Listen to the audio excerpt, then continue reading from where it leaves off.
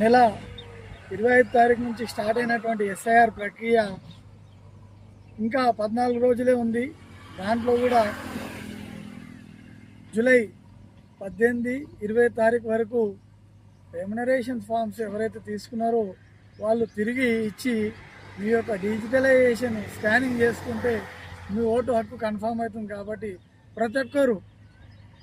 ప్రతి టీచర్, ప్రతి స్కూలు, ప్రతి లెక్చరర్, ప్రతి కాలేజు, ప్రతి స్వచ్ఛంద సంస్థలు, అదేవిధంగా కుల సంఘాలు, యూత్ సంఘాలు, యువజన సంఘాలు, మహిళా సంఘాలు, ధార్మిక సంఘాలు, ప్రతి ఒక్క గుడి, ప్రతి ఒక్క బడి, ప్రతి ఒక్క కాలేజు, వ్యాపార సంఘాలు, కుల సంఘాలు, యువత, గణపతి మండపాలు, ప్రతి ఒక్కరు కూడా దీంట్లో కాంట్రిబ్యూషన్ అయ్యి ప్రతి ఒక్క దగ్గర, ముఖ్యంగా విలేకరు సోదరులకు కూడా నేను చెప్తున్నాను, మీరు కూడా ప్రతి ఒక్కరు కూడా అవగాహన కల్పించుకుంటూ ప్రతి ఒక్కరిని కూడా చైతన్యపరచాలని చెప్పేసి, ప్రతి ఒక్కరు కూడా my vote is safe, my alive, నేను బ్రతికే ఉన్నా, నా ఓటు హక్కు నేను కల్పించుకున్నాను అని చెప్పేసి రెమ్యునరేషన్ ఫామ్ ఇచ్చుకుంటూ ఒక సెల్ఫీ ఫోటో తీసి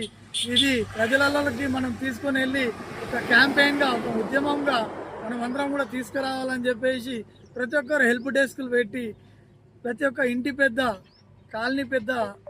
గల్లీ పెద్ద, వార్డు పెద్దలు అందరూ కూడా కలిసి ప్రతి ఒక్క దగ్గర వాకింగ్ టీములు కానీ, యోగా టీములు కానీ, ప్రతి ఒక్క స్పోర్ట్స్ అథారిటీ వాళ్ళు కానీ, పీటీ సార్లు కానీ, ప్రతి స్కూలు, ప్రతి కాలేజ్ అందరూ కూడా లెక్చరర్లు, టీచర్లు, ఇటు వ్యాపార సంఘాలు, కుల సంఘాలు, స్వచ్ఛంద సంస్థలు, గణపతి మండపాలు ఉన్న వాళ్ళు, 18 సంవత్సరాలు నిండిన వాళ్ళు కూడా అందరూ కూడా ఓటు హక్కును కల్పించుకొని అందరం కూడా సెల్ఫీ విత్ రెమ్యునరేషన్ ఫామ్ ఇచ్చుకుంటూ ఒక సెల్ఫీ దిగితే అది ప్రజలలోకి చైతన్యపరుస్తుందని చెప్పేసి నేను తెలుపుకుంటూ అందరికి కూడా ఇంకా చైతన్యపరచాలి. ఇంకా ప్రజలలోకి చాలామంది రెమ్యునరేషన్ ఫామ్స్ ఇవ్వలేకపోతున్నారు. కాబట్టి ప్రతి ఒక్కరికి ఏ విధంగా నింపాలి ఇవన్నీ కూడా మనం అందరం కూడా మన యొక్క హక్కు మనం